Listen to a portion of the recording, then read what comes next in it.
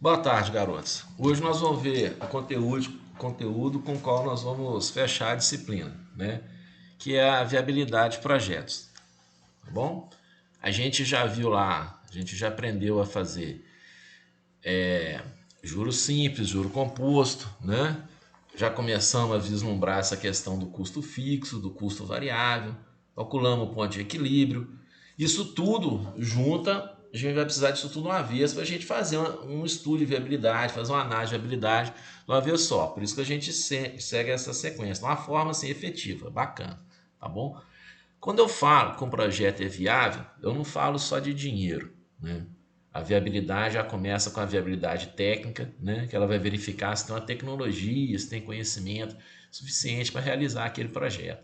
Também com a viabilidade econômica, né? Que é se as receitas vão superar os custos. Aqui a gente vai calcular a viabilidade econômica. Vai usar o VPL, que é um mecanismo de calcular isso. A viabilidade financeira, né, que é diferente da viabilidade econômica, que é se há disponibilidade do recurso para implantar o bendito do projeto. A viabilidade social, né, se quando você inclui todos os custos e benefícios sociais relacionados a uma comunidade, à sociedade, ao país, ao mundo, né, favorece a sociedade como um todo. Você tem que pensar no impacto social daquele projeto. A viabilidade política, né, é se há interesse político que aquilo execute. Não adianta um projeto ser muito bom, ter vários índices, ter a perspectiva maravilhosa e ele não ter, assim, não existir vontade política, né, não tiver uma polarização, um desejo que aquilo funcione, tá bom? Também a gente precisa da viabilidade ambiental e ecológica, tem ganhado importância cada vez mais, principalmente diante do desequilíbrio. Vocês sentiram frio em Santarém esses dias? É a primeira vez que eu achava impossível uma coisa dessa, passar frio aqui, né? Você vê, isso tudo é desequilíbrio, né? Tem ganhado cada vez mais força recentemente, né, e pode ou não se sobrepor aos demais. Se ele tiver um custo ambiental muito grande, for ter um impacto ecológico muito forte, talvez ele não vai se justificar, né? Não vai ter dinheiro que vai compensar aquilo, ok? Bom, o método mais simples que existe é o do tempo de retorno de capital. Ele você vai verificar qual projeto apresenta o menor tempo de retorno numa perspectiva temporal ali, seja ela qual for. Né? Em outras palavras, em quanto tempo que o somatório das receitas vai corresponder ao que foi investido. Ele tem uma grande vantagem, que é a simplicidade e facilidade de calcular isso. Né? Ele é aplicável em áreas de alto avanço tecnológico e onde os equipamentos se tornam obsoletos muito rápido. Ele também tem utilização em projetos de alto risco, né? E quando há exigência de retorno rápido para aquilo. Ele tem algumas desvantagens que ele não vai considerar as receitas obtidas, né, após o retorno do capital. Então você coloca lá que um projeto ele retorna em 3 anos. Né? Aí depois daquilo ele vai dar um volume de receita muito alto, mas ela não entra ali na conta. Aí o outro retorna em 2 anos e meio. Aí você coloca lá, faz um relatório de todo tamanho, que o projeto A demora 3 anos, que o projeto B retorna o dinheiro investido mais rápido. Só que depois daquele tempo de retorno, a receita do A pode ser muito superior. Esse índice não vai calcular isso. Por quê? Porque ele é simples, ele não é sensível a isso. Né? Ele também ignora a ordem de ocorrência das receitas. Vamos supor que você tem um investimento lá de 100 mil. Aí você tem lá o retorno: 10 mil, 10 mil, 10 mil, 50 mil, 10, 10, 10, 10, 80, né? 50, 80, aí 20 mil, ok? Ele está vindo 10, 10, 10, 50, 20. Ele retornou 100 mil. Né? Só que o outro pode vir assim, 50, 10, 10, 10, 10. Ué, o que é melhor? Receber 10, 10, 10, 50 e 20 depois? Ou é melhor receber 50 e depois 5 de 10? Qual que vocês preferem? Se eu estiver entregando dinheiro para vocês, vocês preferem receber 50 mil hoje, 10 mil no outro mês, 10 mil no outro mês, 10 mil no outro mês? Ou você prefere que eu te dê 10 mil nesse mês, 10 mil no mês que vem, 10 mil no outro, 50 mil lá na frente? É claro que é melhor você receber antes. Né? É claro que é melhor, quanto antes você receber, você capitalizar, melhor. Ele não percebe isso. Ele só olha o tempo que demora para cobrir aquilo. Ele não tem também essa percepção. Ele é um método muito simples, ele completa a análise. Né? que é interessante. Se os dois são VPL parecido, qual que tem a taxa de retorno mais alta? A gente vai ver a perspectiva assim, de tentar montar um relatóriozinho, uma análise, né, de viabilidade. Aí aqui a gente tem a razão receita-custo, né? Ela também o que ela faz? Ela totaliza as receitas, né, e divide pelos custos totalizados, né? Aí, em tese, quando essa relação receita-custo é maior, é menor que 1, o projeto é inviável. Quando ela é maior, melhor, né? Ele é viável. O resultado muitas vezes ele é incoerente com o método anterior. Eles não falam necessariamente, eles vão na mesma direção, entendeu? E ele também não contempla a ordem das receitas, né? Da mesma forma. Ele também não vai contemplar o valor do capital no tempo. O que isso tem de comum é o quê? É com esse outro aqui também, ó, que é razão receita média por custo, né? Que eu vou fazer a média da receita ali do projeto e dividir pelo total dos custos. Ele também não tem sempre uma característica em comum. Na taxa de retorno de capital, nesse aqui, que é o razão receita custo, e nesse receita média por custo. A grande característica em comum deles é que eles não consideram o valor do dinheiro no tempo. Eles funcionam, toda a fórmula deles, a análise deles, que é feita com eles, elas funcionam dentro daquele box do juros simples, que a gente já viu que não resolve, né? Que os juros que tem que falar, que vai dar a noção da realidade, é o juro composto. Então, o que adianta você fazer uma análise de viabilidade de um projeto de milhões, às vezes, usando isso? Pouco, né? O grande problema é que eles podem apresentar resultados divergentes, entendeu? Você pode fazer que na verdade isso serve para quê? Para você escolher entre projetos, para auxiliar na tomada de decisão, né? Eu preciso que o método direcione para um determinado ponto. Agora, se cada método falar, você tem um projeto A, B e C, aí você faz as três metodologias de análise de viabilidade sua lá, tudo essas aí que não consideram o valor do dinheiro no tempo. Uma vai falar que é o projeto A, o outro vai falar que o melhor é o projeto B, a outra vai falar que o melhor é o projeto C. De que adiantou? Nada, né? Só para ocupar o tempo, né? Para exercitar esse tipo de coisa. Isso não tem muita validade. Então, essa questão de cada um ir numa direção não vai gerar o resultado consistente que a gente precisa, né? De ter consistência na tomada de decisão de viabilidade econômica, ok? Então, eles são inadequados para projetos de longo prazo, médio prazo. Por exemplo, o florestal, que é de longo prazo. O projeto zootécnico também é longo prazo, porque você tem que... não é, talvez, tão longo como o florestal, dependendo do projeto que for. Mas ele também é de longo prazo por causa da questão que você tem que os animais têm que crescer, se multiplicar, ganhar peso. Então, não é assim, não é instantâneo, não é em um ano que vai resolver, são em anos, né? E outra questão é a economia inflacionária, igual ao Brasil. Você não pode fazer uma análise que não considera o valor do dinheiro no tempo num país que tem inflação muito alta, que os juros não é constante, que a economia é muito agitada. Não?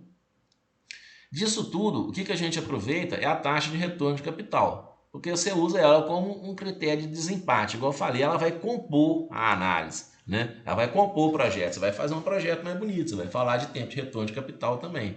Agora, a gente vai usar, são outros métodos, né? São os métodos que vão considerar o dinheiro no tempo, a validade do dinheiro no tempo, né? Ele pode ter aplicabilidade, assim, pela simplicidade, né? Economias muito estáveis, mas hoje em dia, com planilha, que a gente vai aprender a fazer na planilha também, é claro, né? Hoje essa aula tem dois tempos, ela tem esse tempo teórico aqui e depois ela tem o tempo no Excel, tá bom? Em curta duração. Então vamos para lá. O que resolve mesmo é esse aqui, que são os métodos, né, que consideram o valor do dinheiro no tempo. O primeiro deles, a VDET, é o VPL, né, que é o valor presente líquido. Ele vai representar o quê? A diferença entre o valor presente das receitas e o valor presente dos custos. Então, aqui, ó, nessa fórmula, que é muito parecida com a fórmula do juro composto, né, eu vou multiplicar o quê? A receita, né, que vai ocorrer no período 1, por exemplo, mais a taxa a que está submetido todo o projeto, elevado pelo quê? Pelo negativo da receita do período onde aconteceu. Quando eu mostrar na tabela vai ficar mais simples. Agora parece assim uma coisa muito, mas não é. É só que a gente vai montar vários deles, né? Aqui o custo é a mesma coisa. Eu vou fazer o custo, por exemplo, do mês 1, é 5 mil. Então é 5 mil que multiplica 1 mais 7%, 007, elevado a, se ele aconteceu no terceiro período, a menos 3. Ok? Então eu tenho aqui, que aqui é o valor da receita, de cada receita, de todos. Então eu tenho que saber, tem que saber. Para calcular no MOOC tem que saber todas. E para fazer no Excel, você vai, quando você souber todas, você vai jogar na planilha e vai fazer uma linha de caixa e ele vai te dar ela assim, instantaneamente, na hora. Tanto o VPL como a TIR, muito tranquilo de fazer. Faz gráfico, você pode fazer ele mudando, né? Fazendo usando o solver, né? Maximizar, minimizar, aí depende do grau de complexidade que cada um domina a planilha lá para fazer, né? Com células dinâmicas, mas você pode fazer ele tranquilo para tirar o VPL bonitinho, fazer um gráfico, é mole, ok? Então você vai ter o RJ aqui, ó, é o J porque é o período, é o valor, né, da receita num determinado período. O CJ é o valor do custo num determinado período. I é a bendita da taxa de juros, né? O J é a taxa, né, que ela vai ocorrer, né, o período, desculpa, onde vai acontecer tanto a receita como o custo, por isso que está na RJ, CJ, né, que ele ocorre. E o N é o número máximo de períodos, né, é quanto que ele rola. Isso é só para montar a célula estatística aqui, né? Vai ver aqui, é bem tranquilo. O que a gente tem que saber? Primeiro, quando a taxa de desconto é alterada, a ordem pode mudar. Então você calculou o VPL lá, você tem três projetos, A, B e C. Aí você calcula lá o VPL de A, o VPL de B, o VPL de C. A uns 7, 8, a 8%, por exemplo. Se você mudar essa taxa de desconto para 3%, a classificação dos projetos pode mudar. Porque vamos supor, você fez a 8, o melhor é o B, o segundo é o C e o terceiro é o A. Entendeu? Aí você muda essa taxa para 2%, talvez a A seja melhor. Né? Por quê? Porque determinados projetos eles são melhores a taxas menores. Eles superam os outros em taxas menores. Isso em função da estrutura de custo do projeto. Ele vai poder suportar taxas menores, maiores. Então, assim, a ordem muda, né? Essa ordem não é fixa. Quando você muda a taxa, você muda a classificação. Não é uma coisa ad perpétuo, né? É um dos métodos que apresenta menos falhas, né? E quando você tem projetos de diferente duração, né? Tempo de maturação, quando você precisa corrigir esse horizonte temporal, você consegue fazer com ele. Por exemplo, você está comparando um projeto de 3 anos com um de 6 anos, ou um de 4, né? Ou um de 4 com um de 6, um de 5 com um de 7. Como é que você vai fazer? Aí você com um VPL você consegue, você capitaliza o valor dele, né? Nesse tempo. Ok? A gente tem taxa interna de retorno, ela também é muito legal, você calcula ela aqui por interpolação, né? Que a receita é 1 mais a TIR, a menos J, igual ao somatório dos custos, né? 1 mais TIR, a menos J também. O J é a taxa e a TIR, os J são os períodos, e a TIR é essa taxa aqui. Essa taxa é a taxa onde o VPL vai ser zero, aonde o projeto vai empatar, não vai dar nem prejuízo nem lucro, né? Qual é a taxa máxima que ele suporta? Isso é importante saber? Importantíssimo. Você tem um projeto a longuíssimo prazo e você tem que saber que até que taxa de juros que aquele projeto aguenta, porque se ela estiver raspando lá na taxa da economia, muito difícil, né? Um projeto de altíssimo risco. Agora, se ele tiver com muita folga, se ele aguenta uma taxa de 12%, 13% e a economia está dando 3%, 4%, o projeto é relativamente robusto. Ele é muito mais robusto que a TIR dele é 2, 3, 4 e a economia está dando 1, 2, ele está raspando ali, né? Então ele dá uma ideia de folga, né? Aqui no gráfico fica mais fácil a gente compreender, né? Que a gente tem o projeto 1 e aqui o projeto 2. Aqui eu tenho o VPL, tá? E aqui a taxa. À medida que eu vou aumentando a taxa, né, o VPL vai caindo. É claro, aumenta a taxa de desconto, o valor líquido do projeto tem que diminuir, ok? Aqui eu tenho o projeto 2, tá? Também, à medida que eu vou aumentando a taxa, que eu venho nessa direção aqui, ele vem diminuindo. Quando a taxa está aqui embaixo, a taxa está aqui, ó, é uma taxa pequena, qual projeto que é melhor? P1 ou P2? P1, né, está num valor superior a P2. À medida que a taxa vem aumentando, a gente chega nesse ponto aqui. O que acontece aqui? P1 e P2 são iguais, né? Aí eu vou aumentando até um ponto que eles vão zerar. Esse ponto que ele cruza aqui, que é onde ele zerou o valor do eixo Y, é a TIR, é quando o projeto ficou zerado. Então P1, a TIR dele é aqui. P2, a TIR dele é aqui na frente. Então o que você observa só nesse gráfico? Você vê que o projeto P1, a taxas pequenas, ele é mais lucrativo. Entretanto, o projeto P2, ele é mais robusto, ele suporta taxas maiores, ele apresenta uma TIR maior, né?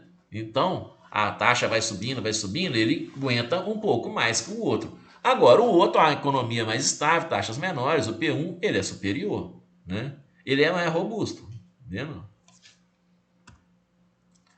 Qual que é a vantagem da TIR, né? O grande legal dela é que você não precisa estimar uma taxa de desconto, que é uma fraqueza que é muito criticada no VPL, é que você tem que chutar uma taxa lá para calcular aquilo. Aí você usa a taxa da economia, você usa a taxa de investimento, você usa a taxa que você acha que você deve colocar nele. Agora a TIR não, você não tem que inventar uma taxa, você vai gerar ela. De acordo com a estrutura do projeto, você vai chegar naquela taxa, né?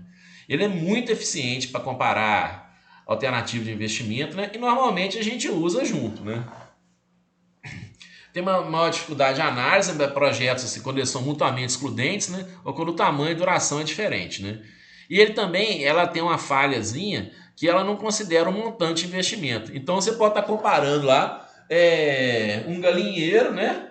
Que custa alguns milhares de reais para colocar lá nas galinhas de raça, que seja bonitinho. Você está comparando a tia dele com a granja de todo tamanho. Uai, é diferente, ué.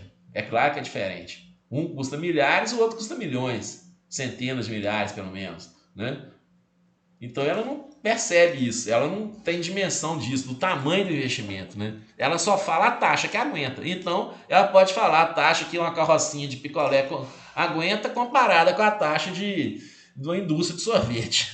Mas ela não vai dar isso, entendeu? Ela não vai te dar essa diferença. Você que tem que estar atento, prestando atenção nisso lá, tá? Normalmente a gente usa ela junto com o VPL. E também usa isso aqui, ó, né? Que é a razão benefício-custo. Em vez de eu subtrair os custos totalizados por tempo zero das receitas totalizadas ao tempo zero, eu vou fazer o quê? Eu vou dividir um pelo outro. Aí eu vou ter uma relação, né? Eu vou ter uma razão aqui de receita por custo. O que acontece aqui e que não acontece não é que eles vão dar a mesma coisa, né? Mas que é a robustez da análise, né? Que é diferente daquela análise quando você não considera o valor do dinheiro no tempo. Quando eu tenho uma relação benefício-custo superior a 1, eu com certeza vou ter um VPL maior do que 0 e essa TIR vai ser superior à taxa de mercado. Essas três coisas vão acontecer. Isso vai dar robustez, isso vai dar corpo para a análise, para você poder escrever um projeto bacana, né? E fazer ali uma taxa de retorno legal também, né? E complementa. Aí a taxa de retorno não considera, eu sei, mas depois de você calcular isso tudo aqui, você coloca lá a taxa de retorno também para dar uma, né? Vai ficar um projeto mais legal, mais amplo, com uma perspectiva mais completa, tá bom? Então a ordenação deles pode não coincidir, mas necessariamente, né, com os valores estimados, tanto o VPL como o TIR. A gente viu lá graficamente, você não tem que necessariamente o maior VPL é o maior TIR, né? Às vezes ele dá um VPL muito alto, mas ele não aguenta uma TIR muito alta, né? Ele é mais arriscado. Assim como a TIR não vai considerar o tamanho do projeto, né? Que tem que estar atento a isso, né? E muitas vezes, né, o governo usa isso para avaliar, sabe? Custo, benefício, é comum, né? É normal usar isso. Um outro também que a gente tem, que não é mais ou menos frequente, dependendo do tipo de análise, do tipo de projeto que está sendo avaliado, é o valor periódico equivalente. Em vez de eu ter um valor total do VPL, eu vou transformar aquilo numa entrada fixa, mensal, durante o período do projeto. Mensal se for análise, se for mensal, anual se ela for anual. Ok? Aí a gente monta essa formulazinha aqui para calcular. É o benefício periódico equivalente. Beleza? Agora vamos para o exemplinho. Aqui nós temos aqui, ó, Escolha qual dos projetos abaixo é mais viável, através do valor presente líquido. Considere a taxa mensal de 7%. Eu tenho o projeto A, que não tem receita no primeiro mês, não tem receita no segundo mês. Eu tenho uma receita no terceiro mês, uma no quarto, uma no quinto. Eu tenho que trazer todas essas receitas para o tempo T0, o tempo zero, e subtrair delas todos esses custos aqui também trazidos ao tempo zero. Eu tenho esse custo de 10 mil no primeiro mês, de 10 mil no segundo, de 20 no terceiro, de 40 mil no quarto, de 5 de 10 mil no quinto. O projeto B, eu tenho uma receita no primeiro mês de 15 mil, uma receita de 15 mil no segundo mês, aí não tem receita no terceiro, não tem receita no quarto, eu tenho uma receita de 60 mil no quinto mês. O custo eu vou ter um de 10 mil no primeiro mês aqui, um de 10 mil no segundo mês, um de 20, um de 40 no quarto mês, uma de 5 no décimo mês. O custo é igual para adiantar.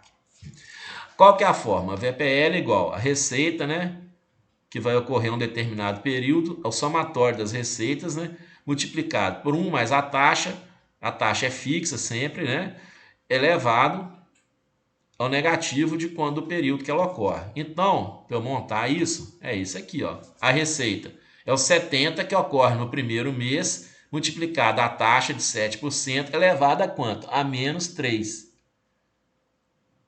Né? Oh, desculpa. Deleta, que aqui não tem jeito de voltar a gravação.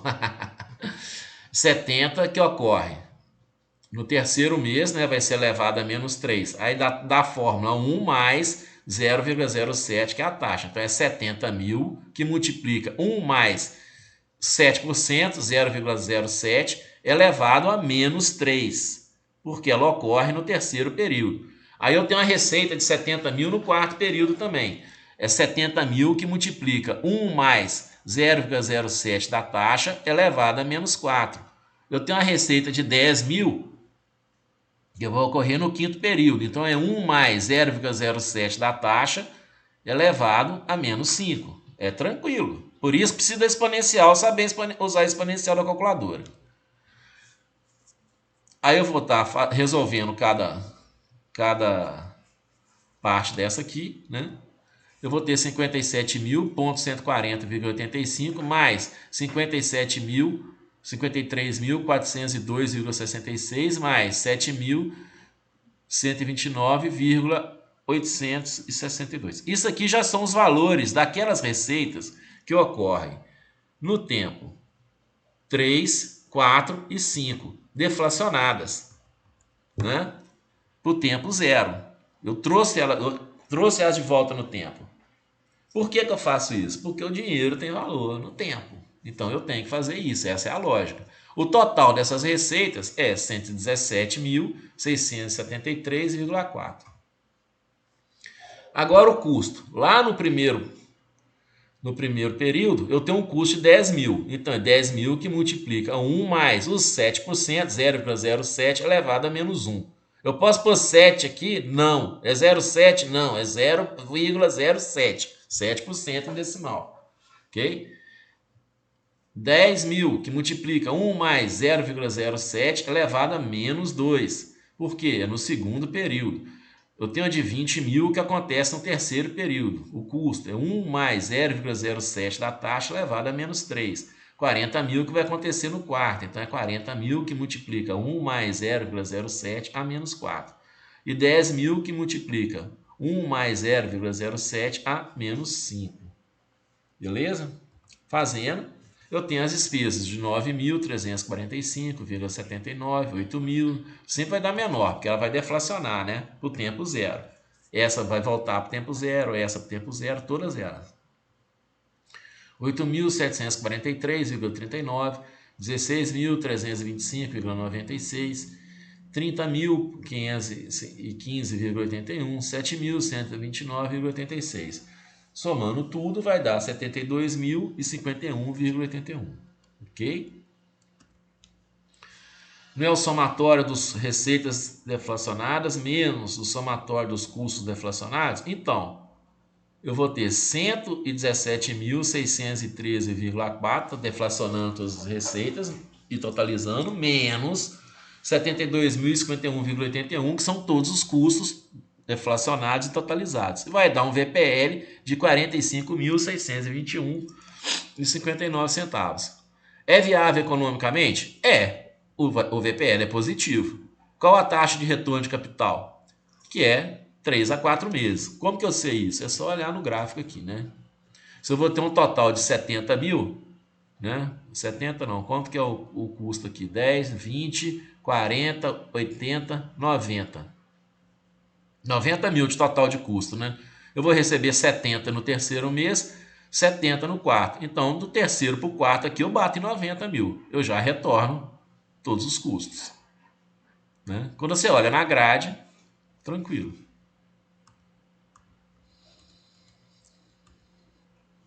O projeto B, né? Eu vou fazer a mesma coisa. Quais são as receitas? Um de 15 mil no primeiro período. Então é 15 mil que multiplica 1 mais 0,07 elevado. Eu uso a mesma taxa? Claro, é. Se você vai comparar os projetos, você tem que usar a mesma taxa. O que é que muda? Muda o valor da receita e o local que ela acontece, né? 15 mil que multiplica 1 mais 0,7 a menos 2, que ela foi no segundo período. 60 mil que multiplica 1 mais 0,07 a menos 5, que ela ocorre no quinto período. Fazendo, é 14.018,69 mais 65.507,90, 42.779,17. Isso, na hora que eu vou totalizar, vai me dar um total de receita de 122.305,77. O custo eu já tenho que é igual ao outro, né, gente? Já está lá igual para acelerar, né? Então é 122.305,77 menos os custos totalizados, que é igual ao outro lá, né? 72.051,81. Eu vou dar um valor aqui de 50.253,96. A taxa de retorno é de 2 meses. Então, o que eu tenho? Que o projeto A, ele tem um VPL de 45.621,59. Ele retorna de 3 a 4 meses. Já o projeto B, ele apresenta um VPL um pouco maior, de 50.253,96 centavos. E ele retorna em 2 meses. Então, o projeto B, ele é mais atrativo. Por quê? Porque ele tem um VPL maior, né? E ele retorna o dinheiro mais rápido.